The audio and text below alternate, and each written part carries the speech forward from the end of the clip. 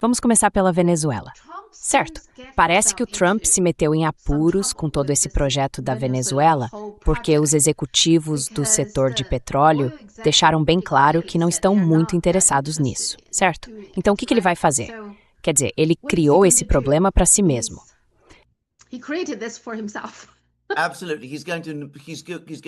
Com certeza. Ele vai seguir em frente o mais rápido possível para a próxima crise. Porque o que aconteceu foi o seguinte, não sei se você assistiu, mas fizemos um programa na segunda-feira com Robert Barnes, que é um advogado norte-americano.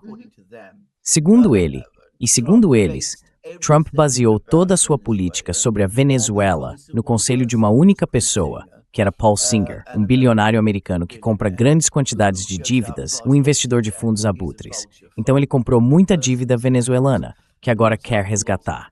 E ele diz a Trump, bem, vamos nos livrar desse homem Maduro. Eu sou seu financiador.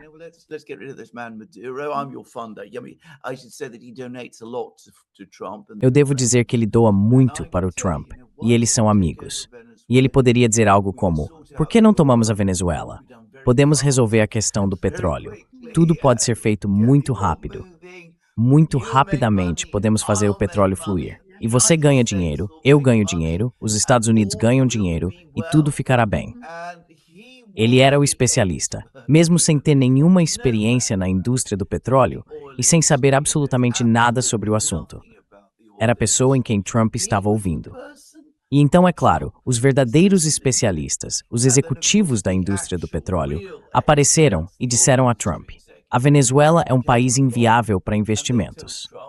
Venezuela is uninvestable.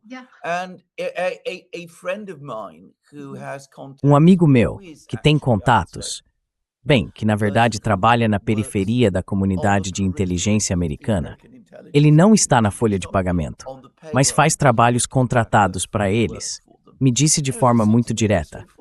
Se a indústria de petróleo da Venezuela pudesse ter sido desenvolvida da maneira que Trump acha que pode ser desenvolvida, os chineses já teriam feito isso há muito tempo. Quero dizer, eles estavam lá.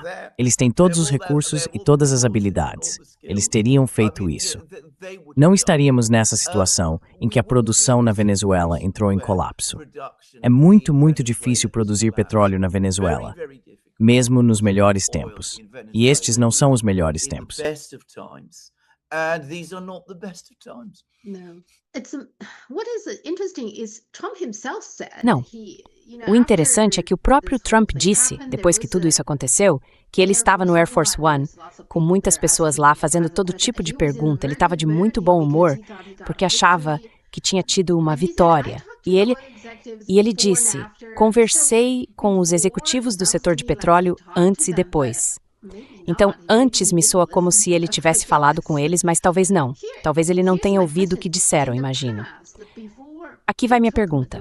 No passado, antes de irem atrás do Maduro, ele estava aberto a abrir o mercado de petróleo para executivos e empresas americanas. Mas agora já não tenho tanta certeza. Delcy Rodrigues, a atual, me parece que quer que Maduro seja libertado primeiro. Então não ouço nenhuma promessa dela neste momento, certo?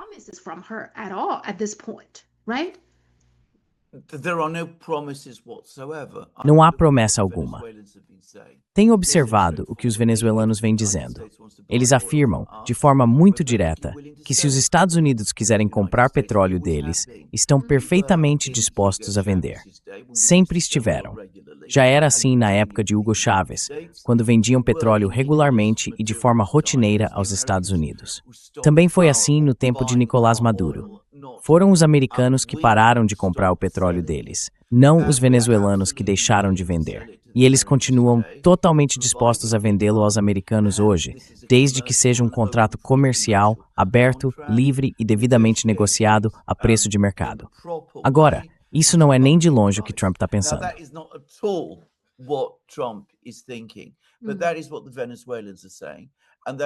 Mas é isso que os venezuelanos estão dizendo. E é isso que o governo venezuelano está dizendo. Não acho que haja qualquer motivo para supor que isso vá mudar.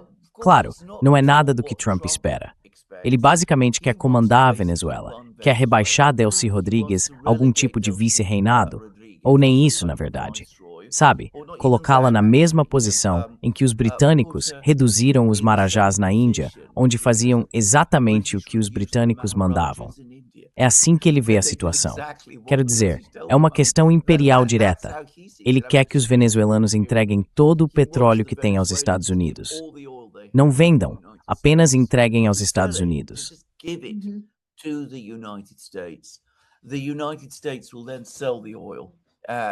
Os Estados Unidos então venderão o petróleo para quaisquer clientes que conseguirem encontrar. E então Trump, por sua própria bondade e generosidade, compartilhará parte dos lucros, a parte que ele considerar justa, com os venezuelanos. Essa é a ideia dele de como essa relação vai funcionar, o que é imperialismo da forma mais grotesca. Mas é assim que ele espera que funcione. Não vai funcionar assim. Não pode funcionar assim. Quero dizer, isso inevitavelmente causará enormes problemas na Venezuela, se ele insistir nisso, porque significa que os venezuelanos não poderão vender seu próprio petróleo. E além disso, os problemas de inflação na Venezuela aparentemente estão piorando.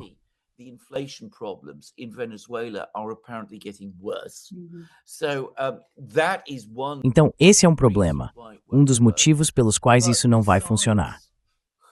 Mas além disso, quem em sã consciência estaria disposto a comprar esse petróleo em primeiro lugar? Quero dizer, é o petróleo da Venezuela, que os Estados Unidos estão roubando. Não é como se houvesse escassez de petróleo nos mercados. Então as pessoas vão ficar extremamente cautelosas em comprar petróleo que foi roubado pelos Estados Unidos dessa forma, mesmo que sejam países amigos dos Estados Unidos. Quero dizer, elas não querem se colocar numa situação em que um dia alguém da Venezuela, ou alguém que tenha contratos com a Venezuela, a China, por exemplo, apareça e diga: espere aí, esse petróleo não é dos Estados Unidos para vender, nem seu para comprar.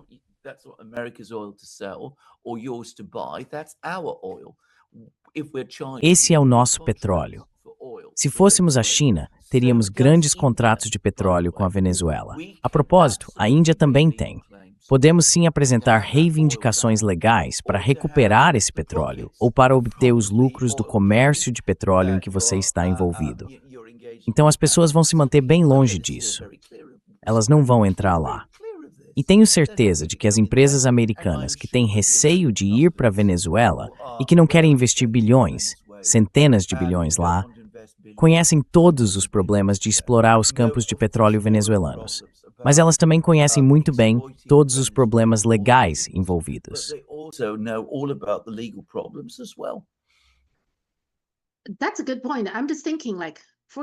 Esse é um bom ponto. Estou apenas pensando, por exemplo, na OPEP, certo? Se eu fosse uma empresa petrolífera americana, não gostaria de fazer coisas que deixassem a OPEP muito insatisfeita.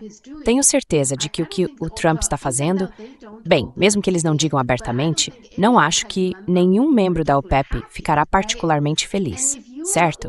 E se você for a empresa de petróleo envolvida nisso, não acho que seja uma boa ideia neste momento, não acha? Quero dizer, ExxonMobil, Chevron são empresas de 150 anos. Elas precisam pensar além de 2028, certo? É, exatamente.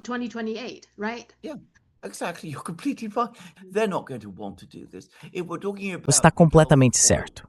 Eles não vão querer fazer isso. Se estamos falando dos produtores de petróleo do Golfo, Arábia Saudita, Catar, Kuwait, eles vendem petróleo para a China. Eles não vão querer ter problemas com a China ou mesmo com a Índia.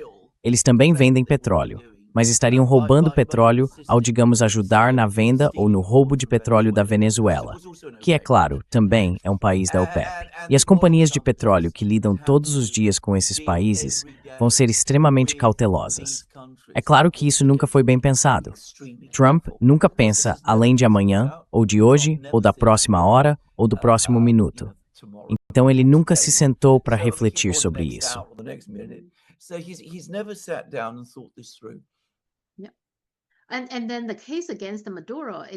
E então o caso contra Maduro? Não me parece que seja um caso tão forte assim, porque você mencionou que essa suposta organização da qual ele seria o chefe, uma organização de narcotráfico, nem sequer existe. Essa é a acusação mais séria, certo? E essa está desmoronando. Eu não sei sobre os outros, sabe? Os supostos crimes que ele cometeu, como lavagem de dinheiro e auxílio ilegal com armamentos. Quero dizer, não tenho certeza se algum desses é um caso sólido contra Maduro.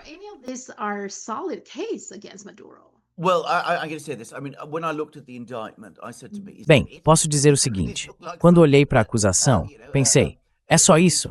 Quero dizer, parecia algo que um estudante de direito de 20 anos poderia ter escrito. Um mau estudante de direito de 20 anos, devo dizer. É tão fraca a ponto de ser absurda. Nós conversamos com Robert Barnes, que, lembre-se, é um advogado nos Estados Unidos, um muito bom, alguém que já defendeu casos perante a Suprema Corte. Ele foi muito mais longe do que eu fui, ou do que você foi. Ele disse que essa acusação não vai prosperar, que há uma possibilidade muito real de o tribunal rejeitá-la.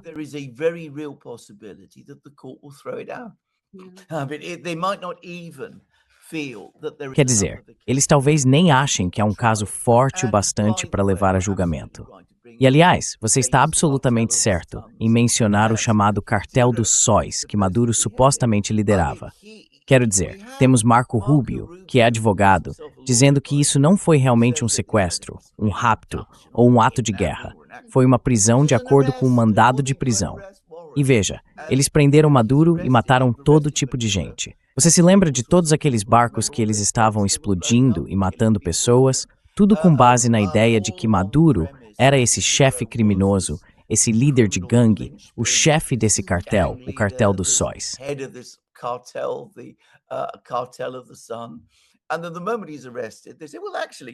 E então, no momento em que ele é preso, eles dizem, bem, na verdade, sabe, isso nem existe, nunca existiu.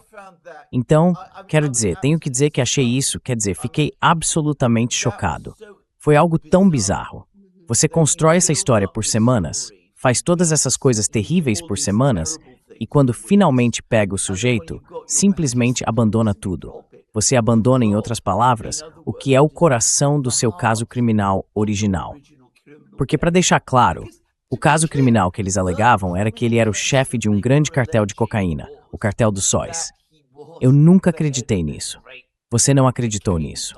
A maioria das pessoas não acreditou nisso. Mas eles simplesmente abandonaram tudo, quase que instantaneamente. Quero dizer, isso faz você parecer completamente ridículo. É mesmo? Vai ser interessante se eles simplesmente arquivarem o caso. O que ele vai fazer?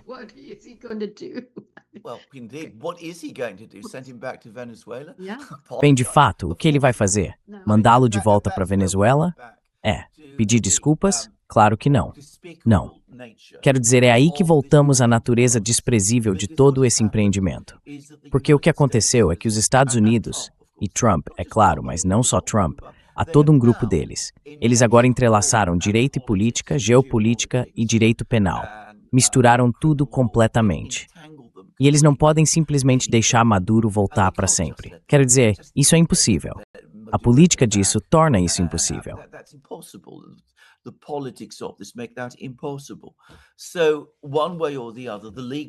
De uma forma ou de outra, o processo legal vai acabar profundamente contaminado e corrompido por objetivos claramente políticos.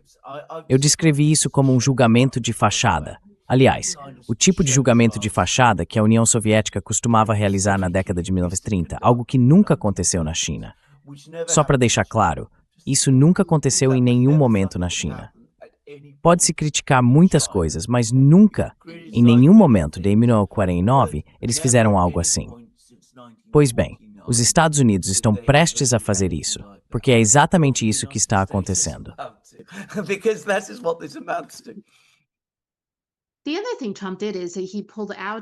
Outra coisa que Trump fez foi se retirar de 66 organizações internacionais, muitas das quais foram criadas pelos Estados Unidos ou das quais os Estados Unidos eram um dos membros fundadores.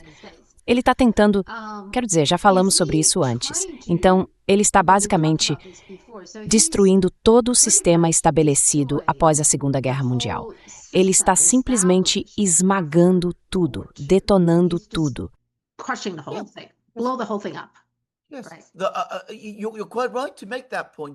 Sim, você está absolutamente certo em destacar esse ponto. Aliás, porque é um sistema que os próprios americanos criaram em grande parte. Foram eles que propuseram a criação das Nações Unidas redigiram a maior parte da Carta da ONU e estabeleceram a maioria desses organismos internacionais. Toda essa rede e esse sistema de direito internacional são fruto do trabalho de juristas americanos antes da Segunda Guerra Mundial, e eram juristas de altíssimo nível. É preciso reconhecer esse mérito. E agora o que está acontecendo é que o país que criou o sistema e cujas ideias esse sistema reflete, está o destruindo pela raiz. E os defensores desse sistema são, antes de tudo, a China. A China é hoje a grande líder na defesa do direito internacional e, é claro, a Rússia.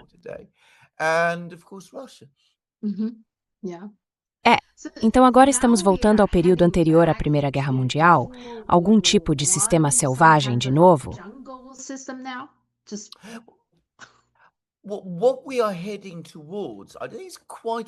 Acho que o que estamos caminhando para enfrentar é uma verdadeira selva.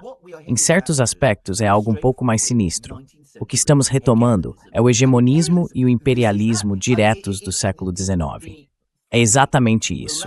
A linguagem que vem de Washington hoje é muito parecida com o que, por exemplo, britânicos e franceses diziam no século XIX, enquanto percorriam o mundo criando seus impérios coloniais, subjugando nações, invadindo-as, derrubando seus governos, estabelecendo seus impérios, incendiando o Palácio de Verão em Pequim e fazendo todas essas coisas.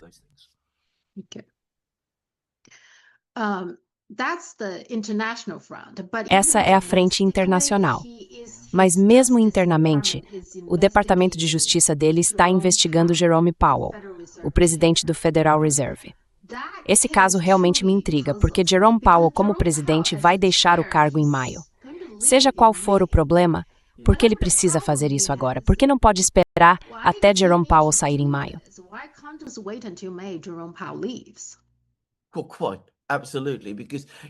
Bem, exatamente, com certeza.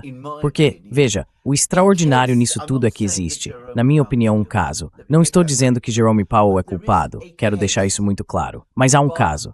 Mas espere até o homem sair. Não contamine isso trazendo o assunto agora. Ele vai embora em maio, como você bem disse. Isso não é apenas descaradamente político, é descaradamente vingativo. É isso que é. Mais uma vez, é um abuso da lei e do processo de acusação.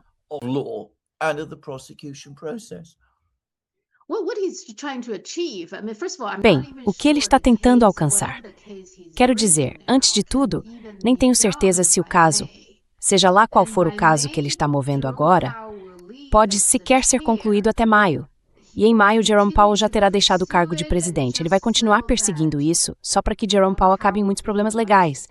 Então é uma vingança pessoal, indo atrás do inimigo dele. Certo.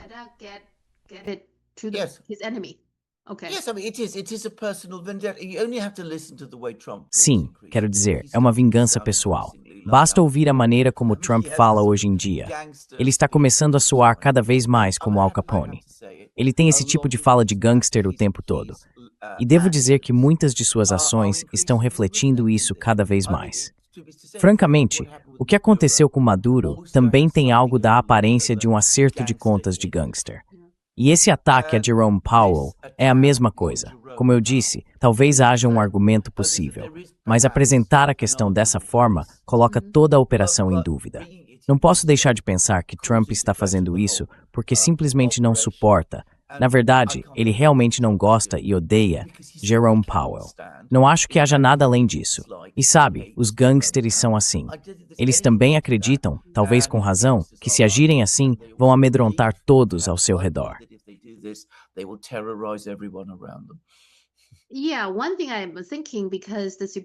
Uma coisa em que eu estava pensando, como a Suprema Corte ainda não decidiu o caso das tarifas, eu não sei por que estão demorando tanto. Pelo que entendi, eles deveriam ter emitido uma decisão antes do Natal, mas continuam adiando. Digamos que eles emitam uma decisão hoje ou amanhã. Aparentemente, eles têm outra reunião desta vez. Então, é possível que haja algum tipo de mensagem para os juízes da Suprema Corte? Tipo, se vocês não fizerem as coisas do meu jeito, posso encontrar maneiras de incomodar vocês, ou algo assim. Fico me perguntando se há algo nisso.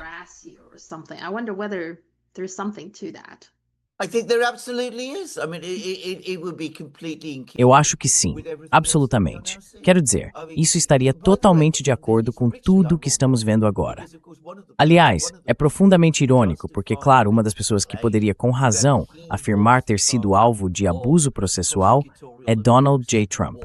Tivemos todos aqueles casos, francamente frágeis, movidos contra ele pelo Departamento de Justiça de Biden e por várias pessoas em Nova York. Agora ele está revidando fazendo o mesmo, só que de uma forma ainda mais sinistra, como parte de um padrão. Então, sim, acredito plenamente que sua teoria de que isso tem a intenção de intimidar os juízes da Suprema Corte é bastante provável.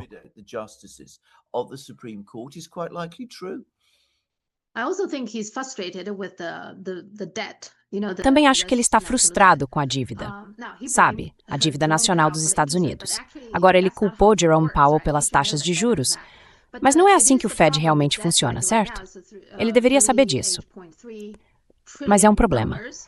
A dívida agora está em 38,3 trilhões de dólares.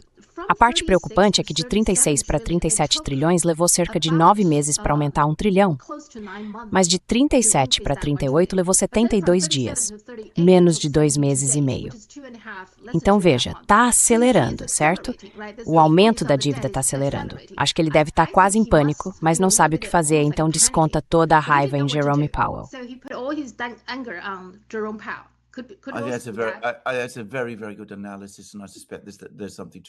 Essa é uma análise muito, muito boa, e eu suspeito que há algo nisso. Sabe, existe uma expressão famosa, acredito que originalmente russa, que diz que odiamos aqueles a quem fizemos mal. Então veja, ele já odeia Jerome Powell. E claro, agora está culpando Powell por tudo o que está dando errado. Quando houver uma crise nos mercados de dívida, ele dirá que foi tudo culpa de Jerome Powell, esse criminoso sinistro que de alguma forma chegou à Suprema Corte e não fez exatamente o que Donald Trump queria. A questão da dívida é enorme. Deveria ser o principal tema em discussão nos Estados Unidos.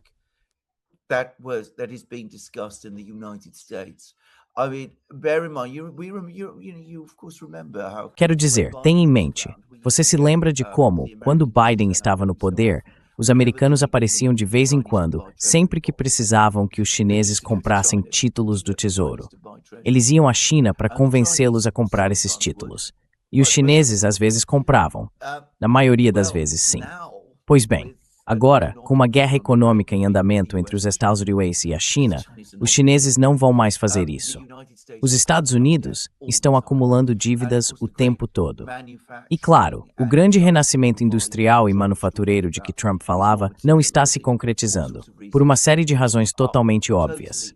E se você não está produzindo nada, sua dívida está explodindo. E seu principal credor está perdendo a paciência. Então é claro que há todos os motivos para se preocupar.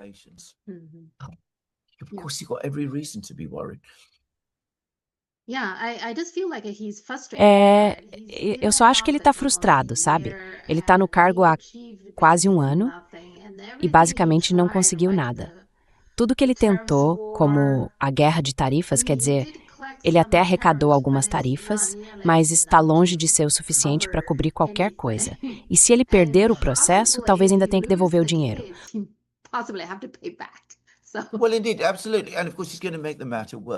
Bem, de fato, absolutamente. E claro, ele vai piorar a situação, porque no próximo ano quer aumentar o orçamento de defesa em 1/3. Agora, tudo isso tem a ver com a China. Robert Barnes diz que se trata de tentar gerar impulso na parte industrial da economia, mas eu acho que é principalmente sobre a China. E claro, é a pior coisa possível a se fazer neste momento da história econômica dos Estados Unidos, porque há tarifas, e essas tarifas, de alguma forma, vão continuar. Não vamos voltar, seja qual for a decisão da Suprema Corte, ao mundo pré-Trump. E quando digo mundo pré-Trump, quero dizer o mundo pré-2017, em que havia liberdade para as mercadorias. Portanto, haverá obstáculos para a entrada de produtos nos Estados Unidos.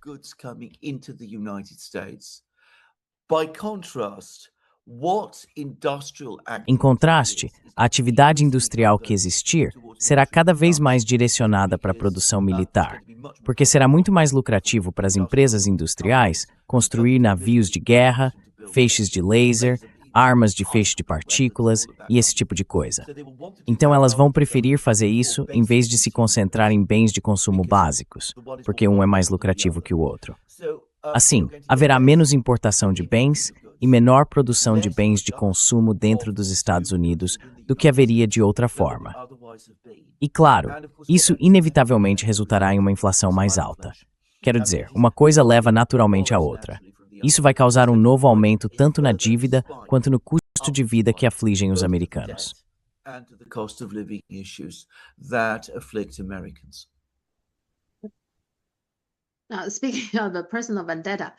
Falando sobre a vingança pessoal, o Tom parece ter muitos problemas com o estado de Minnesota, não é? Logo depois do Ano Novo, houve aquele escândalo de corrupção em creches. Mas quanto mais eu olho para isso, não tenho certeza se há realmente uma grande corrupção acontecendo. Tenho certeza de que há algo irregular, provavelmente algo errado, mas duvido muito que seja um escândalo tão grande assim. Você percebe que eles não falam mais sobre isso. Por um tempo, todo mundo estava comentando, certo? O Vance estava comentando, o Elon Musk também, mas eles não falam mais sobre isso. E então, depois disso, houve aquele tiroteio do Izil. Uma mulher inocente, quer dizer, tenho certeza de que você viu o vídeo, para mim está bem claro. Mas o Trump e o governo dele parecem negar o fato de que ela era uma mulher inocente, não é?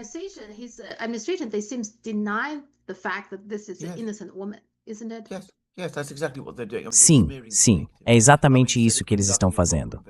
Quero dizer, eles estão difamando a vítima, em vez de conduzir uma investigação adequada, responsabilizando as pessoas que fizeram isso, as pessoas no local, admitindo que é uma tragédia, demonstrando qualquer grau de remorso ou tristeza.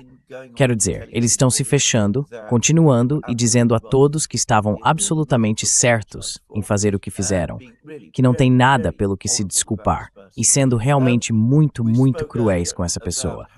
Falamos antes sobre como o governo está começando a parecer uma operação mafiosa. Bem, é exatamente assim que os gangsters agem. Sabe, pessoas morrem no fogo cruzado, essa é a atitude deles. E daí, faz parte do trabalho. Quero dizer, é quase esse o tom que eles estão adotando.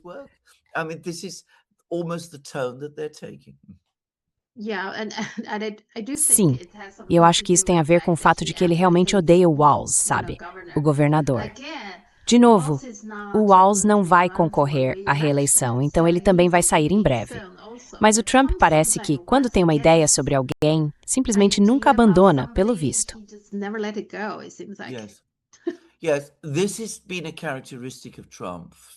Sim, isso tem sido uma característica do Trump ao longo de sua carreira política e empresarial, ao que parece.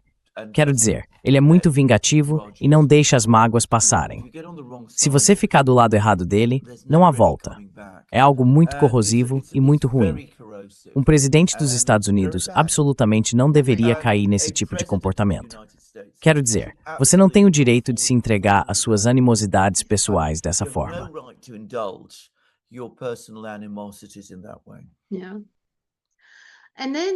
Sim, e muita gente está dizendo que ele está fazendo tudo isso para desviar a atenção do que está acontecendo com os arquivos de Epstein, o que eu acho que tem um fundo de verdade, mas duvido muito que ele consiga ter sucesso. As pessoas não esqueceram os arquivos de Epstein. Isso vai continuar voltando para assombrá-lo. Eles perderam outro prazo, que era 3 de janeiro. Eles deveriam enviar um relatório para, acho que, a Câmara e o Senado, provavelmente só para explicar o que fizeram. Eles deveriam ter divulgado tudo em 19 de dezembro, mas liberaram apenas cerca de 1% e está cheio de redações. O relatório deveria explicar o que aconteceu e por que precisaram ocultar tanto material. Eles não fizeram nada disso. Ignoraram completamente o Congresso neste ponto, certo?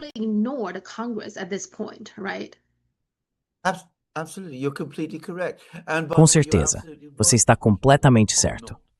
E, aliás, você tem toda a razão ao dizer que as pessoas não estão esquecendo disso. Todos os dias, em nossas discussões, aparecem muitos comentários, que sabemos muito bem que não podem ser publicados, dizendo que Trump está fazendo isso e aquilo para desviar a atenção do caso Epstein. As pessoas estão perfeitamente cientes disso. Elas falam sobre isso o tempo todo. E tivemos aquele episódio em que ele enfrentou um operário que o ofendeu, o insultou na cara. E sabe, ele fez um gesto horrível com a mão em resposta. Quero dizer, isso persegue o tempo todo. E está drenando, está corroendo sua credibilidade a cada dia. E o fato de ele estar constantemente ganhando tempo, de ser tão lento para apresentar as provas depois de ter prometido que o faria, tudo isso é terrível.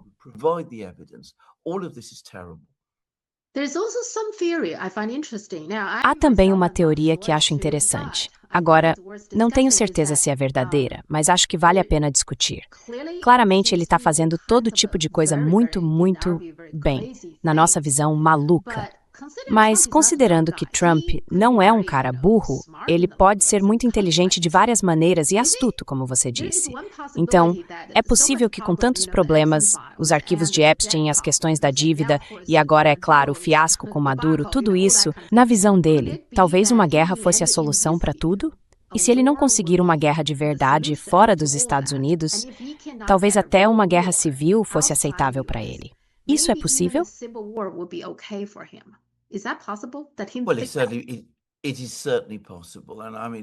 Bem, isso é certamente possível. Quero dizer, isso não seria algo único na história. Houve muitos casos em que coisas assim aconteceram, em que líderes que enfrentavam problemas em casa decidiram que havia chegado o momento de desviar a atenção, iniciando uma guerra em outro lugar. Há uma visão muito difundida, aliás, de que Hitler fez exatamente isso. Que o motivo pelo qual ele decidiu que precisava de uma guerra no verão de 1939 foi justamente porque sabia que a economia alemã estava fora de controle e que, a menos que houvesse uma guerra, ocorreria um colapso massivo que provavelmente o derrubaria. Então, sabe, ele provavelmente fez isso. Quero dizer, eu digo provavelmente, não sabemos com certeza.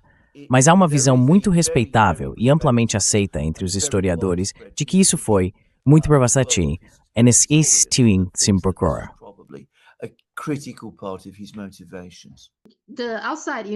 As guerras externas, você sabe, guerras estrangeiras, mas algumas pessoas acham que ele talvez nem se importe em ter uma guerra civil, sabe, dentro dos Estados Unidos. Eu acho que isso é possível. Acho que há algo mais a dizer aqui, que é o fato de que, infelizmente, há muitas pessoas nos Estados Unidos que também estão procurando uma briga. Então isso é algo muito inflamável. E acho que o Trump provavelmente é influenciado por isso também, até certo ponto. E porque fundamentalmente, como você disse sobre o Ocidente em geral, muitas pessoas acreditam que a maneira de resolver problemas é por meio da violência, ou sabe, por meio de uma briga.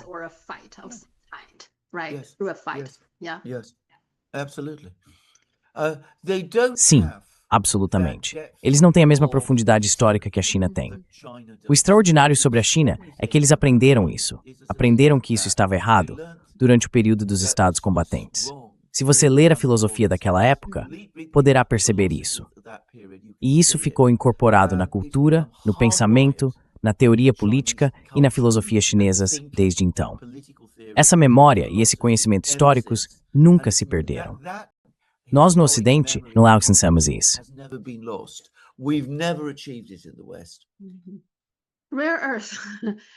Ímãs de terras raras. Então, o G7 está se reunindo, tentando encontrar uma solução. Eles propõem um preço mínimo para os ímãs de terras raras, o que imediatamente me faz lembrar do teto do preço do petróleo. Certo. O que eles estão fazendo? Eles realmente acham que podem controlar o preço das terras raras?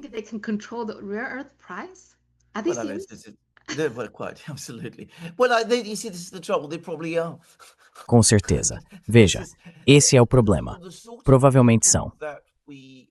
O tipo de pessoas de quem estamos falando são pessoas que não têm experiência, e não posso enfatizar isso o suficiente, nenhuma experiência com o processo de produção. Quero dizer, simplesmente não é algo com o qual elas já tenham se envolvido, nem com cadeias de suprimentos e a complexidade dessas cadeias ou qualquer coisa do tipo. É por isso que todas as tentativas de aumentar a produção de qualquer coisa nos Estados Unidos, e aliás na Europa, têm sido tão mal sucedidas. Mas elas conhecem muito bem os mercados financeiros e sabem que esses mercados podem, em grande medida, ser controlados, e que é possível manipular os preços ali em benefício próprio. E acham que podem fazer o mesmo. E claro, estão absolutamente decididas a isso. Quero dizer, estão redondamente enganadas.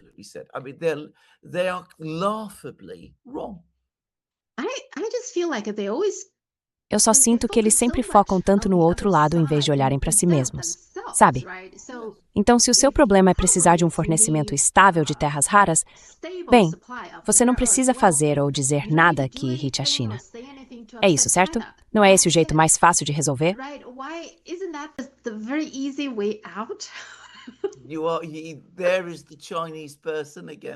Lá está a pessoa chinesa falando de novo. É a pessoa chinesa falando. Exatamente.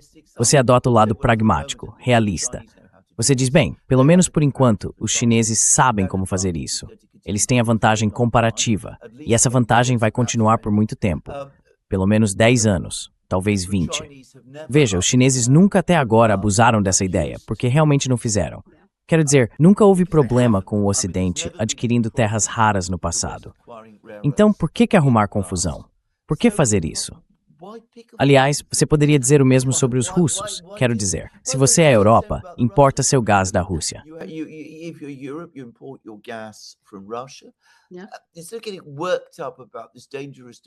Não se trata de ficar alarmado com essa perigosa dependência dos russos. Diga a si mesmo, isso lhe dá uma vantagem comparativa. Torna suas indústrias competitivas, porque o gás é barato. Então, o melhor a fazer é valorizar essa relação e fortalecê-la. Além disso, antes de 2022, os russos nunca deram qualquer sinal ou indicação de que iriam usar isso politicamente, e nunca abusaram dessa situação de forma alguma. Mas é claro, no Ocidente não pensamos assim. Dizemos a nós mesmos que não devemos deixá-los nos controlar ou ter influência sobre nós. Embora toda essa questão de influência seja, na verdade, um conceito puramente ocidental.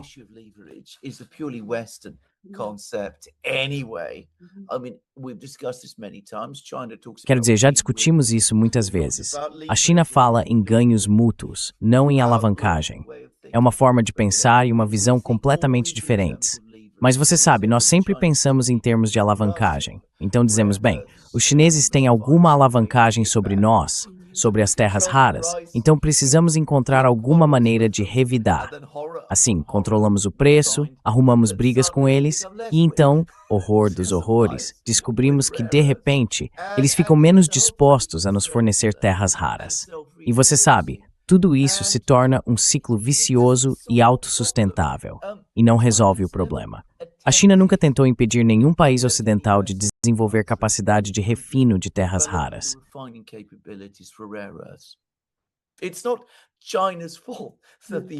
Não é culpa da China que os Estados Unidos, o Canadá ou os europeus não tenham feito isso.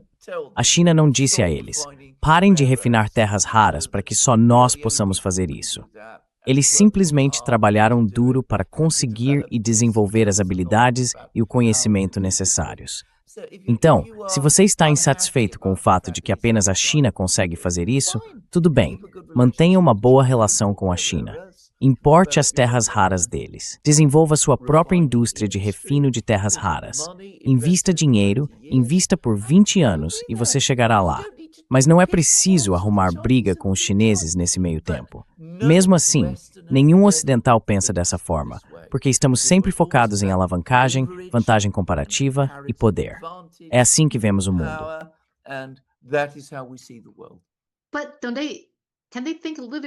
Mas será que eles conseguem pensar um pouco mais a longo prazo em um panorama maior? Porque, digamos, petróleo ou gás... Tudo bem, você não quer depender do gás russo, mas ao mesmo tempo a Europa não tem gás natural suficiente. Ela vai ter que depender de outra fonte, por exemplo, dos Estados Unidos, que é muito mais caro. E, diga-se de passagem, os Estados Unidos também não são tão confiáveis assim. Agora, os Estados Unidos querem a Groenlândia, claramente muito hostis em relação aos europeus. O que se precisa pensar que eles podem ser totalmente independentes, certo? Eles precisam depender.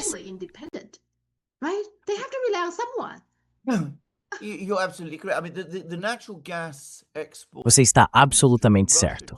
Quero dizer, a indústria de exportação de gás natural da Rússia para a Europa começou na década de 1960. e foi sem atritos e estável durante todo esse tempo.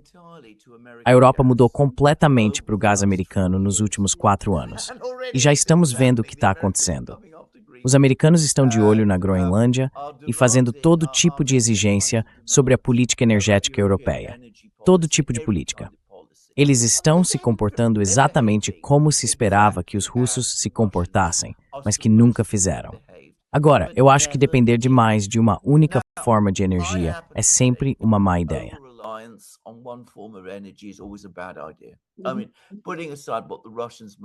Quer dizer, deixando de lado o que os russos possam ter pretendido, você pode se perguntar, bem, sabe, nós só temos um fornecedor. Isso é realmente algo saudável? Ou temos um fornecedor excessivamente dominante? E se houver uma crise política lá, como já aconteceu no passado? E se eles começarem a ficar sem gás, como pode acontecer? Por que não desenvolver formas alternativas de energia? Energia nuclear, energia elétrica, todas essas coisas. Com certeza. E nossos embrões putisler time.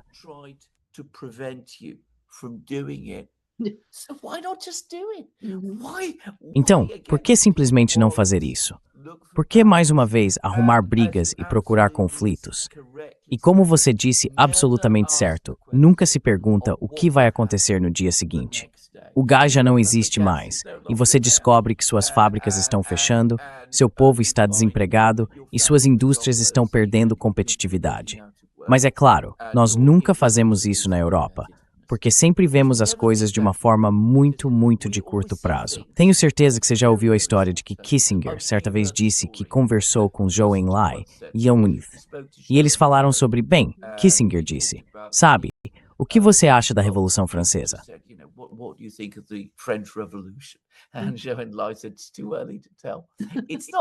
E Zhou Enlai disse, é cedo demais para dizer.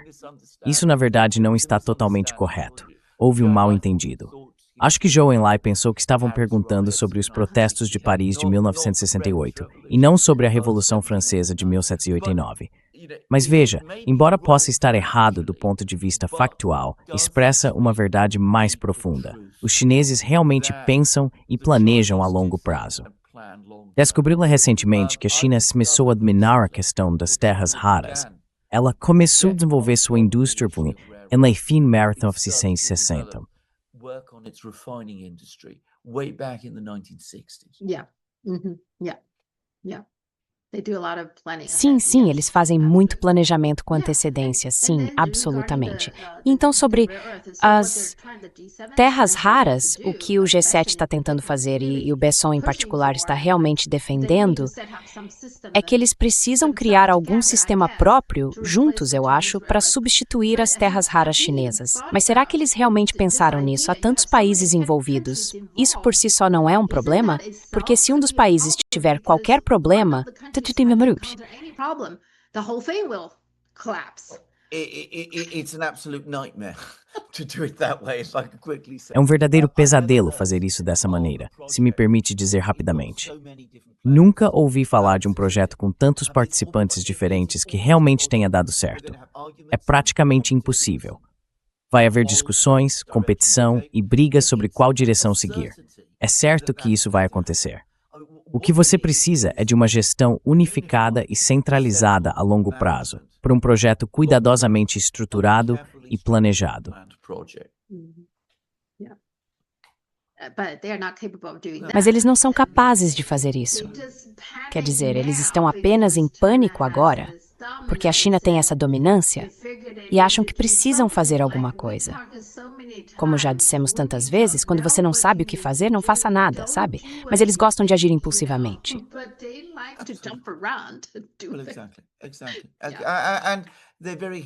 Exatamente. E eles são muito histéricos. E por causa dessa histeria, infelizmente, o problema da histeria é que ela é muito contagiosa e acaba contaminando os outros. Você termina com um enorme grupo instável de pessoas de vários países diferentes, todas juntas, trabalhando febrilmente umas com as outras para tentar desenvolver algo. E muito em breve, dentro de um ano, talvez até antes disso, começa a ficar claro que todos estão trabalhando com objetivos conflitantes. Aliás, o Japão tentou, há cerca de 15 anos, avançar na área de terras raras, e fez progressos mínimos nesse período. O Japão faz um certo grau de planejamento, embora não tanto quanto a China. E claro, é uma potência industrial de alta tecnologia, em alguns aspectos, mais do que os Estados Unidos. Eles deveriam aprender com essa experiência e perceber que esse é um processo longo, lento e incremental. Vale lembrar que na década de 1960, quando a China começou a planejar e trabalhar com terras raras, ainda era um país muito pobre dos padrões ocidentais.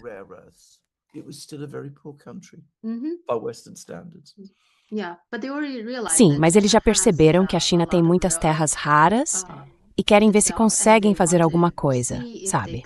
Então, eles apresentaram a proposta. Eles tiveram visão de futuro e entenderam o quanto essas coisas eram importantes para eles. Sim, eles fazem isso. Eu diria que planejam muito com antecedência. Sabe, a mesma coisa com a eletricidade, ela não surge do nada. A China produz tipo 1 trilhão de megawatts ou algo assim, um número absurdo. Acho que cerca de 1/3 da eletricidade do mundo agora é produzida na China. Isso também é resultado de um planejamento de longo prazo. Eles vêm fazendo isso há anos, elaborando os planos. Sim. E houve épocas em que as pessoas até criticavam certas estradas. Tipo, por que vocês estão construindo estradas aqui? Não há carros aqui. Pois bem, alguns anos depois, você vê mais carros e antes que perceba, está tudo congestionado.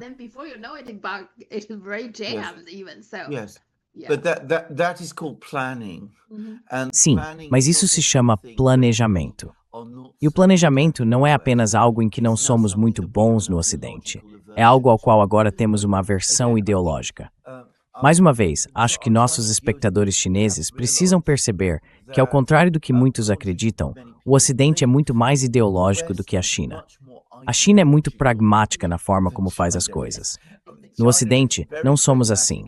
Quero dizer, a ideia de deixar tudo ao trabalho espontâneo da livre iniciativa é para muitas pessoas aqui quase uma crença religiosa, uma daquelas contra as quais realmente não se pode argumentar.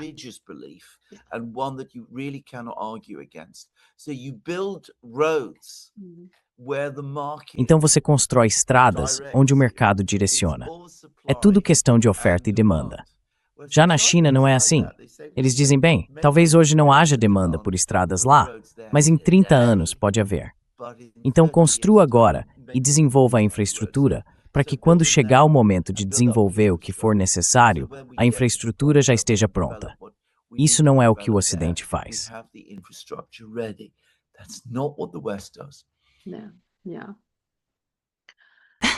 Sim, Mark Carney, o primeiro-ministro canadense, ele está agora visitando a China. Desde o incidente com Meng Wanzhou, acho que os dois países têm tido uma relação bem ruim, o que é muito lamentável, porque entre todos os países ocidentais, a China provavelmente tinha uma das melhores relações com o Canadá por muitos e muitos anos. E, com aquele único incidente, Justin Trudeau praticamente destruiu isso. Então, fico feliz em ver que está sendo retomado. Mas qual é a sua opinião sobre isso?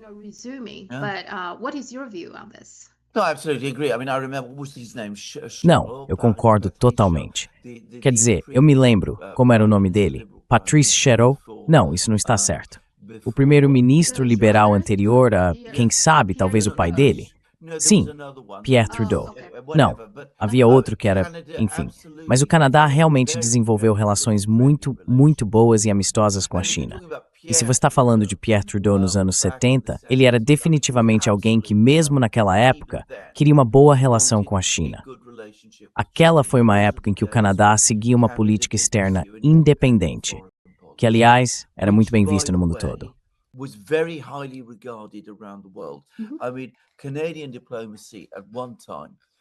Quer dizer, a diplomacia canadense já foi considerada excepcional. Os canadenses estavam na linha de frente disso, e o Canadá era um dos países mais populares do mundo. Agora tudo foi destruído, jogado aos pedaços.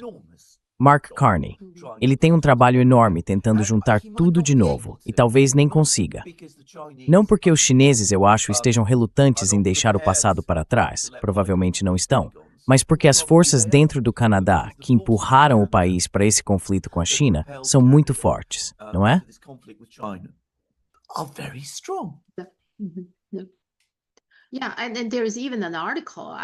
Sim, e tem até um artigo, não lembro qual, em um dos principais jornais canadenses.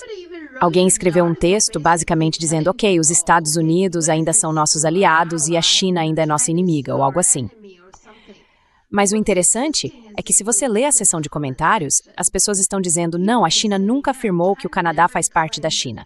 Quem fez isso foram os Estados Unidos, você sabe, o Trump fez. Então há uma desconexão aí. So there is a disconnection, I think. Infelizmente, tudo isso está se misturando agora com o sentimento anti-russo e pró-ucraniano.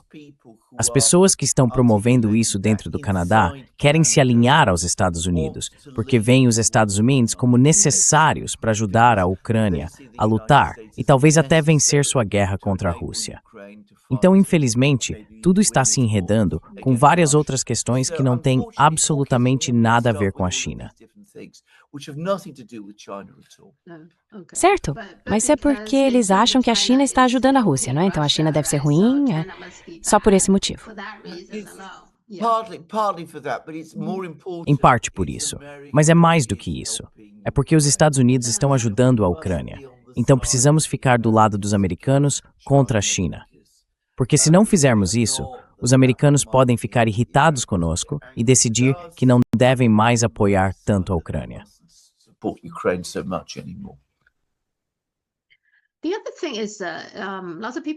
Outra coisa é que muitas pessoas na China prestaram atenção à entrevista do New York Times com Trump. O interessante foi que o New York Times perguntou a ele, ok, quando você basicamente sequestra o líder de outro país, como Maduro, isso não é um mau precedente, certo? Então a China poderia agora fazer algo semelhante com Taiwan. E claro, a Rússia também poderia fazer algo. Em particular, sobre Taiwan, o que foi interessante foi a resposta dele.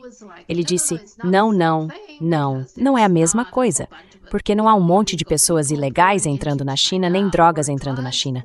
Então não é a mesma situação. Mas depois, ele disse algo como, Taiwan é muito importante para Xi Jinping. Ele tem muito orgulho disso e vê como parte da China. Mas eu disse a ele que preferia que você não a tomasse durante o meu mandato. Talvez quando houver uma troca de presidente, ele faça isso. Parece, para mim, que ele já desistiu. Sabe, se a coisa que Xi Jinping prometeu nele foi não fazer isso durante o meu mandato.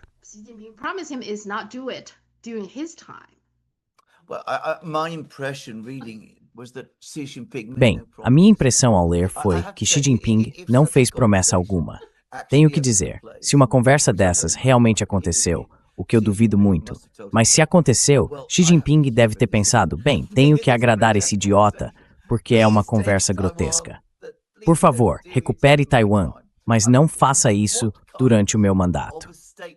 Quero dizer, que tipo de declaração é essa, vinda do presidente dos Estados Unidos para o presidente da China? Se uma conversa dessas realmente ocorreu, Xi Jinping, que aliás joga pôquer extremamente bem, é muito bom em manter a calma e a firmeza, deve ter pensado, isso é simplesmente loucura.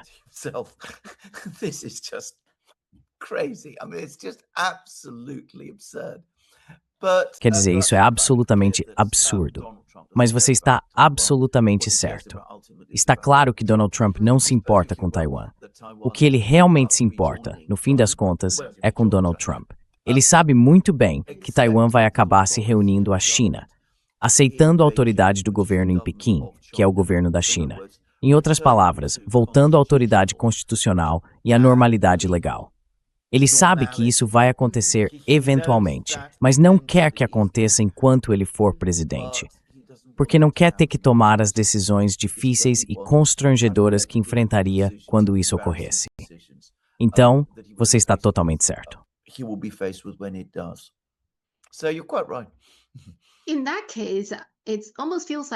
Nesse caso, parece quase que neste momento a China tem a carta de Taiwan, certo? Porque a China poderia tomar Taiwan quando quisesse. Quero dizer, no último exercício militar, eles tinham drones bem ao lado do prédio mais alto de Taipei. E a distância era tão pequena que eles conseguiam até ver através do prédio. Quero dizer, a China estava muito perto. Então, de qualquer forma, parece que isso seria um constrangimento para Taiwan. E para quem quer que seja, o presidente dos Estados Unidos quando a China fizer isso. É quase como se dissesse, ok, não vou tomar agora só para ser legal com você. Mas se você realmente me irritar, eu vou. Então, me parece que a China tem vantagem agora em relação a Taiwan.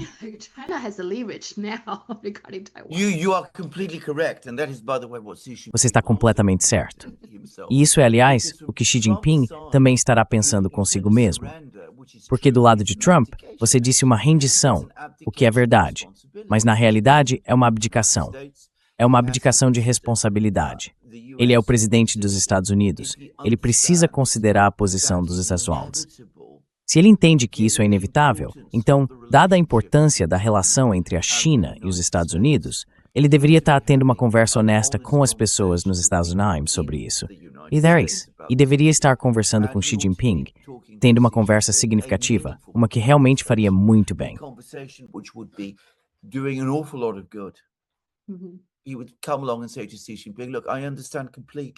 Você chegaria para Xi Jinping e diria, olha, eu entendo completamente. Taiwan faz parte da China. Um dia ela deve voltar ao seu controle. Então vejo minha tarefa como facilitar esse processo para que ele possa ocorrer de maneira adequada, legal e ordenada. Uma forma que não envolva conflito, que seria, aliás, um conflito entre chineses, só para deixar claro, e que também não envolva um conflito mais amplo entre meu país, os Estados Unidos e a China. Se Trump dissesse isso a Xi Jinping pensaria, bem, este é um líder com quem posso trabalhar. Então, como eu disse, teríamos uma conversa completamente diferente. Mas o tipo de conversa que Trump diz ter tido com Xi Jinping, como eu disse, tem um tom de loucura.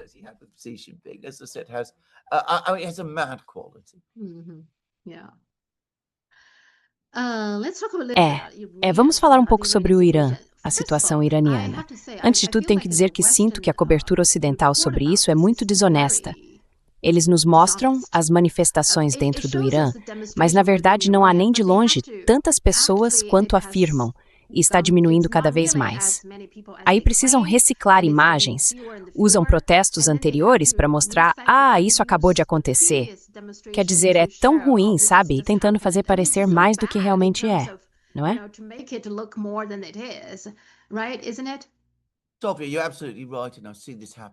Sofia, você está absolutamente certa. Já vi isso acontecer repetidas vezes e você está completamente correta. Quero dizer, há uma enorme quantidade de propaganda de atrocidades por aí. Pura desinformação, como você bem disse. Histórias recicladas, algumas de anos atrás. E isso dá uma imagem totalmente distorcida. Isso me lembrou muito do que aconteceu em Pequim, em 1989. Mais uma vez, tivemos todas aquelas histórias extraordinárias. Repressão em massa, violência incrível, dezenas de milhares de pessoas mortas. Nada disso era verdade.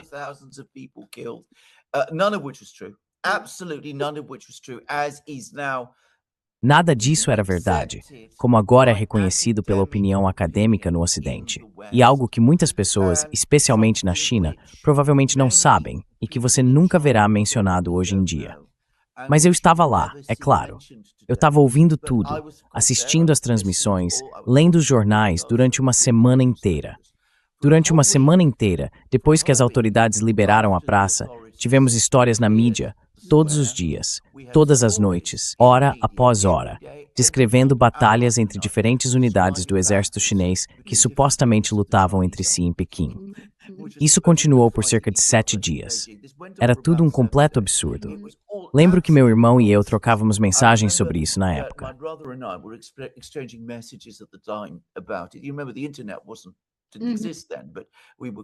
Você se lembra, a internet não existia naquela época, mas nós nos ligávamos dizendo, isso é um absurdo. Como as pessoas podem acreditar nessa loucura? E então, de repente, depois de uns 7 dias, tudo, quando ficou claro que aquelas tentativas de provocar conflito dentro da China não estavam funcionando, toda aquela história foi simplesmente desligada. Quero dizer, completamente desligada. E nunca mais foi mencionada. E você quer outro exemplo? Os distúrbios recentes, eu chamo assim, em Hong Kong. É exatamente a mesma coisa, toda a população de Hong Kong supostamente se levantando contra a China. Os manifestantes pacíficos, que, como nós dois sabemos, não eram nada pacíficos. As autoridades supostamente agindo de forma brutal e autoritária, quando na verdade demonstraram uma contenção impressionante. É exatamente a mesma história sobre o Irã. E isso dá uma imagem completamente distorcida da situação real lá.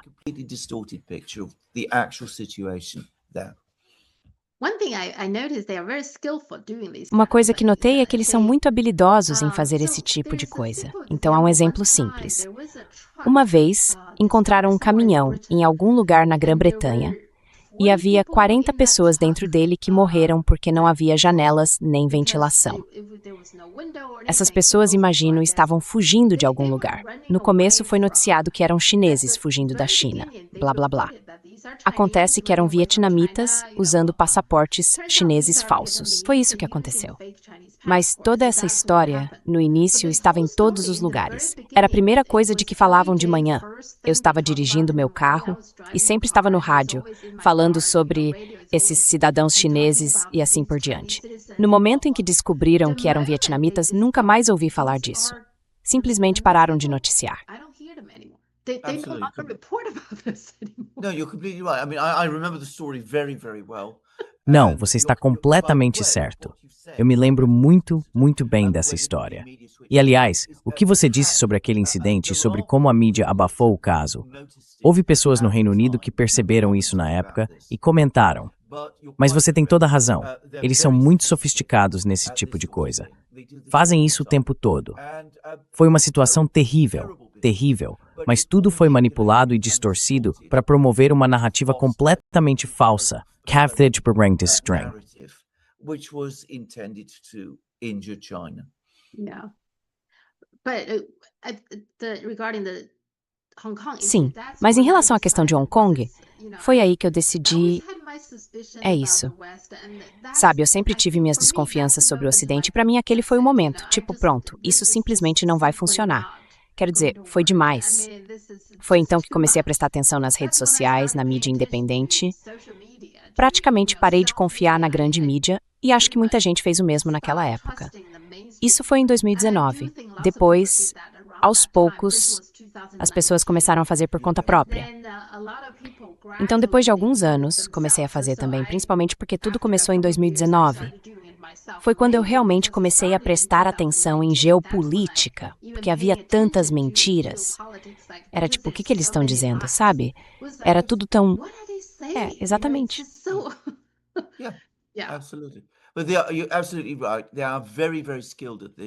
Mas você está absolutamente certo. Eles são muito, muito habilidosos nisso. Têm muita experiência com isso. E, claro, sabem exatamente o que estão fazendo.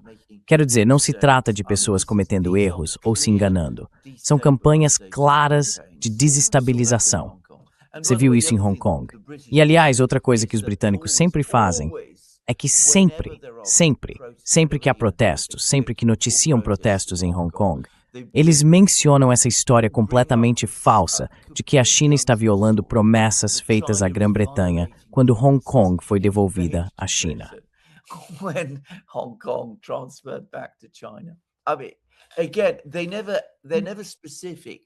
Quer dizer, mais uma vez, eles nunca são específicos sobre quais foram essas promessas. Sim, eles nunca vão te mostrar o texto de qualquer acordo que tenha sido assinado naquela época. Quero dizer, é só prestar atenção no futuro. Eles nunca fazem isso.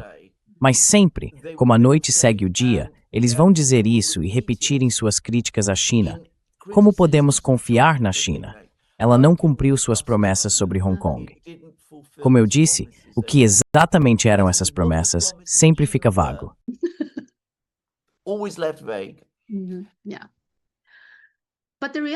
Sim, mas a realidade, pelo que entendo, é que no Irã, sim, há pessoas insatisfeitas, mas também havia muitas pessoas se manifestando em apoio ao governo. Claro, isso nunca é noticiado. E outra coisa interessante é que o Starlink agora está sendo bloqueado no Irã. Aparentemente, eles não estavam preparados para isso.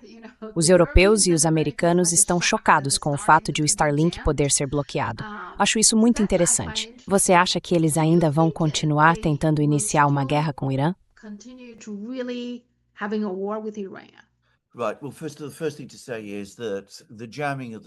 Certo.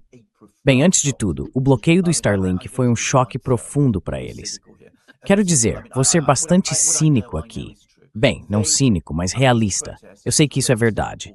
Esses protestos foram em grande parte organizados de fora, organizados em Washington, em Jerusalém, em Londres. Eles sabiam que as autoridades iranianas tentariam controlar a internet, porque todo mundo faz isso hoje em dia. Então tentaram minar esse controle, contrabandeando um grande número de terminais Starlink. E acreditavam que o Starlink era impossível de bloquear. Aconteceu o contrário. E agora há muita discussão sobre quem forneceu ao Irã essa capacidade.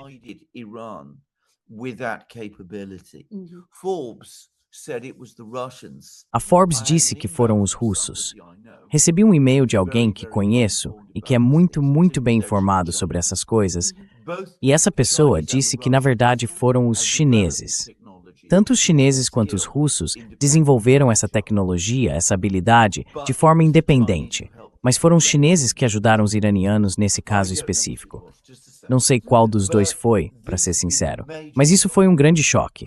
E, se você sabe como acompanhar os comentários dos líderes ocidentais, especialmente do Trump, aliás, e segue as palavras deles, dá para ver o tipo de comentário que o Elon Musk fez. Dá para perceber o choque e a consternação deles.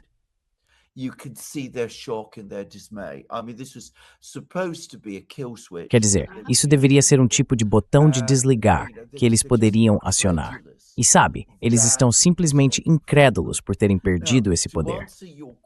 Agora, para responder à sua pergunta, receio estar absolutamente certo de que haverá um ataque ao Irã. Talvez não amanhã, talvez não na próxima semana, mas mais cedo ou mais tarde, ainda neste ano, o ataque virá. Isso ficou absolutamente claro para mim desde junho, quando houve aquela guerra de 12 dias entre Israel, os Estados Unidos e o Irã, que o objetivo das potências ocidentais, os americanos, é derrubar o governo do Irã. Eles não conseguiram fazer isso em junho. Fracassaram com esse movimento de protesto. Mais cedo ou mais tarde, inevitavelmente tentarão novamente.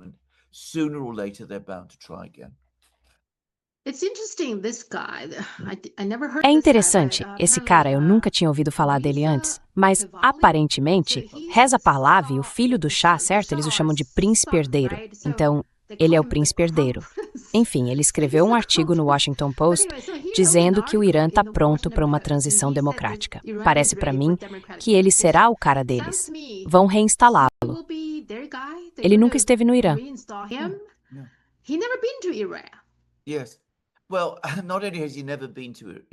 Sim. Bem, não apenas ele nunca esteve no Irã. Se você sabe qualquer coisa sobre o Irã, o que eu sei, aliás, saberá que gregos e iranianos se conhecem muito bem. Não estamos muito distantes e temos muita história em comum que nos aproxima. Estivemos muito ligados um ao outro. Eu me lembro muito bem do Shah, por exemplo.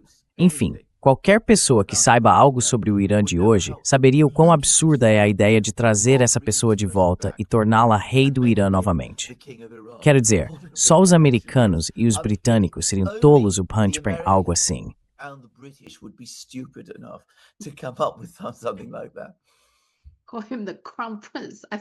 Eles o chamam de príncipe herdeiro. Acho isso fascinante. A Turquia também está muito ansiosa para se juntar a essa aliança entre a Arábia Saudita e o Paquistão. Parece que estão tentando formar uma espécie de OTAN islâmica. Qual é a sua opinião sobre isso? Por que a Turquia está tão interessada em fazer isso?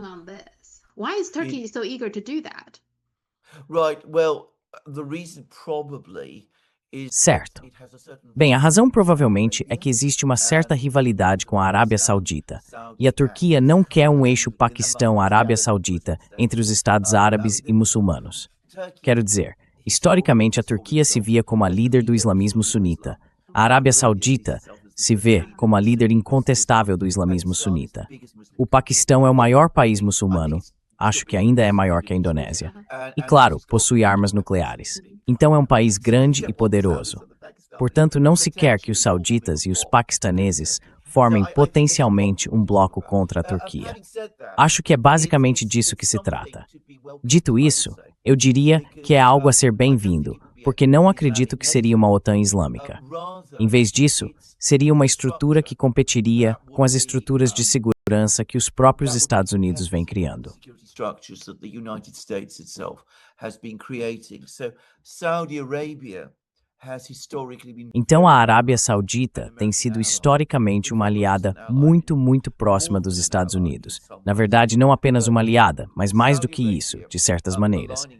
Mas o fato de a Arábia Saudita se alinhar com a Turquia e o Paquistão a coloca em uma posição mais forte em relação aos americanos. E claro, o Paquistão tem relações muito próximas com a China. É inconcebível, aliás, que o Paquistão algum dia se junte a uma aliança anti-China. Quero dizer, se você sabe algo sobre o Paquistão, se já teve qualquer contato ou relação com paquistaneses, saberia o quão impossível isso seria.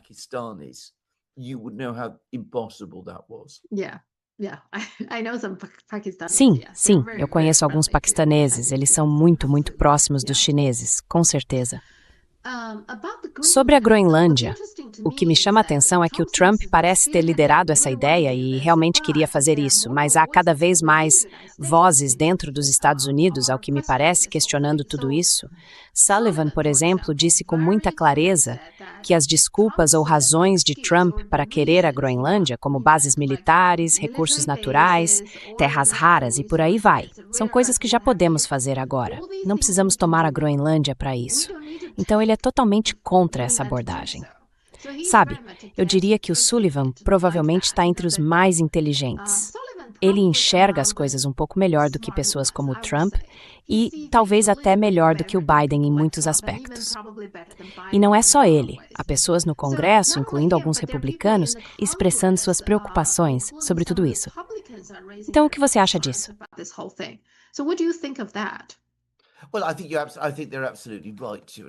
Bem, eu também acho que eles estão absolutamente certos. E acho que esse é outro plano maluco.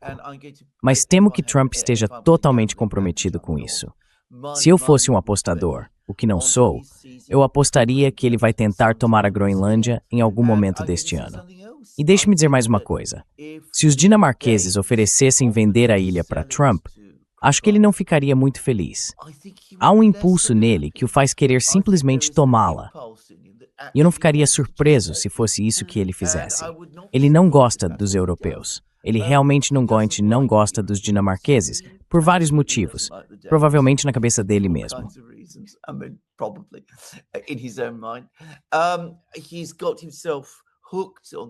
Ele se deixou levar por essa ideia de que a Groenlândia é um lugar enormemente importante, que garantiria seu legado se ele a tomasse para os Estados Unidos. Ele não apresentou nenhuma razão coerente para explicar por que os Estados Unidos precisariam da Groenlândia. As terras raras de lá provavelmente não existem na quantidade que ele imagina. São muito menores do que ele acredita. Algumas pessoas dizem que ele está olhando os mapas errados. Sabe, aqueles que fazem a Groenlândia parecer enorme e a América do Sul muito pequena, quando na verdade a Groenlândia tem apenas uma fração na pequenação do Memergwithon. Enfim, não é nem de perto do antes ele pensa.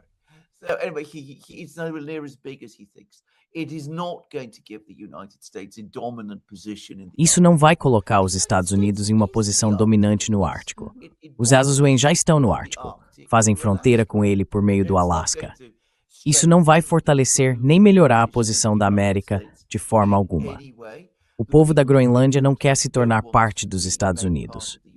Seria um ato extraordinariamente brutal contra a Dinamarca, um país que tem sido um aliado intensamente leal dos Estados Unidos e, claro, um aliado da OTAN. Mas acho que ele quer fazer isso. Acho que é. E penso que se a situação na Venezuela der errado e o Irã parecer difícil, ele provavelmente vai agir em relação à Groenlândia mais cedo. Ouvi histórias de que ele quer que isso seja feito antes do 4 de julho.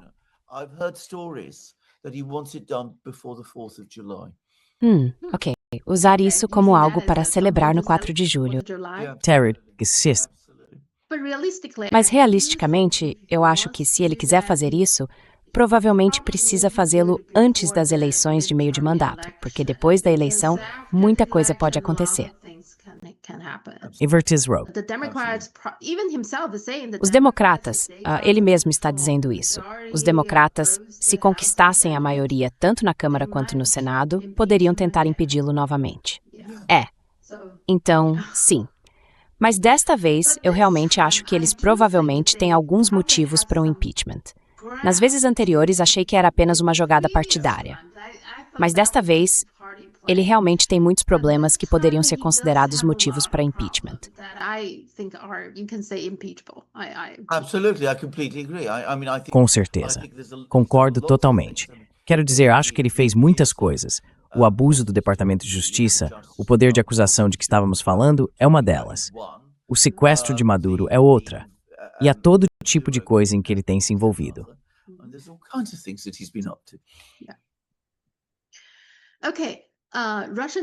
Certo, Rússia e Ucrânia. Então, recentemente houve alguns bombardeios bem pesados, certo? Os russos têm atacado a Ucrânia. E eu acabei de ver o Lavrov dizendo que as conversas atuais sobre um cessar-fogo não são muito sérias. Então, tudo voltou para o campo de batalha agora?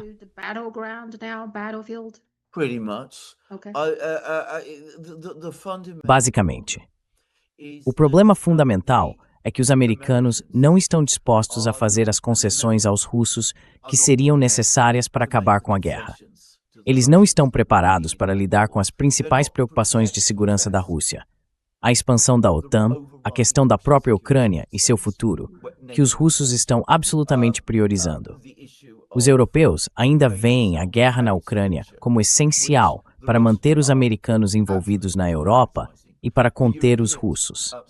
Quero dizer, o fato de que os russos não estão ameaçando nenhum país da Europa além da própria Ucrânia e deixaram muito claro que não têm intenção de ameaçar qualquer outro país europeu, enquanto os americanos estão entrando e tomando a Groenlândia. Isso ainda não alterou em nada a obsessão que os europeus têm com a Rússia e com a tentativa de manter os americanos comprometidos com a defesa da Europa.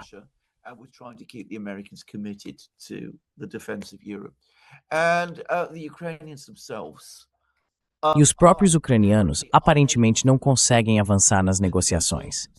Sabe, ao longo deste programa, o que acabamos de fazer, eu fico me perguntando se este não seria o momento para o representante do governo chinês, o diplomata, como era mesmo, o enviado da paz. Sim, isso. Talvez esse seja o momento para ele a Kiev dizer a eles: bem, olhem a situação em que vocês estão. Os americanos não estão ajudando. Os europeus não podem ajudar. Os russos estão destruindo vocês. O exército de vocês está desmoronando. Ainda tem um pouco de tempo, mas esse tempo está diminuindo. Nós estamos aqui. Queremos ajudar vocês. Ouçam-nos, finalmente, e nós ajudaremos. Ajudaremos vocês a fazer um acordo com os russos. Quero dizer, isso talvez realmente funcione. Isso irritaria os americanos enormemente. Quero dizer, Trump ficaria furioso por ter perdido qualquer chance de ganhar seu prêmio Nobel. Mas, se a sua Protein Grow é a paz na Ucrânia, então talvez essa seja a única maneira.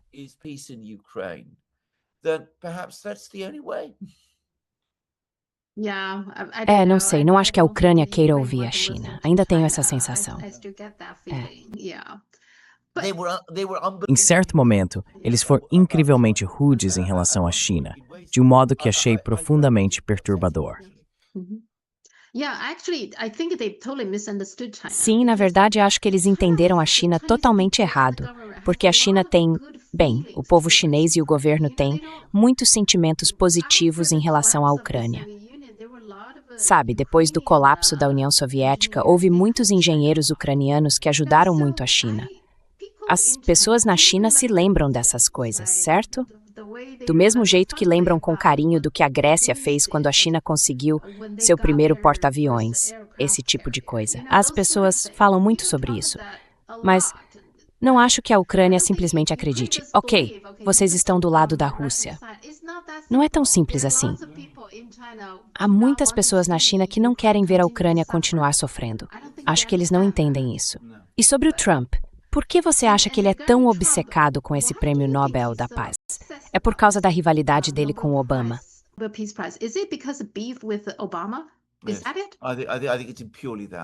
É só isso? Acho que é exatamente isso, na verdade. É a questão específica do prêmio Nobel. Ele tem uma atitude extremamente competitiva em relação ao Obama. Lembra que na primeira posse, ele tentou fazer parecer que a multidão que foi vê-lo tomar posse era maior do que a que o Obama teve? Ele é obcecado por isso. E isso diminui. Quer dizer, acaba fazendo com que ele pareça ridículo no fim das contas. Mas acho que é só isso mesmo. Jiwin, que querer amigo foi bom. Yes, sabe essa. O bem inflammatory part. Well, again, I saw Trump with. Bem, sabe, mais uma vez eu vi o Trump com o Xi Jinping na Coreia do Sul. Acho que foi em dezembro. Foi dezembro ou novembro? Provavelmente novembro. Novembro. E ele realmente parecia infantil, sim. O Xi Jinping parecia aquele adulto paciente, tentando manter a calma diante de uma criança tola. Há algo muito infantil no Trump. There is something very childlike about Trump. Mas o perigoso é que ele é muito infantil, muito imaturo em muitos aspectos, mas controla muito poder, certo? Inclusive muitas armas nucleares. E isso torna tudo muito inquietante, eu acho. Quaswita is impulsivo, vothfável, it's smoricis, entreva, evrace demoriente iberta, keeping móveis. Smashes the furniture. Vamos ver o que acontece na próxima semana. Agora tem algo novo todo dia. Claro. Diga o que quiser. Nós estamos realmente vivendo tempos interessantes. Certo, então vamos conversar na próxima semana. Muito obrigado. Oren. Tchau. Tchau.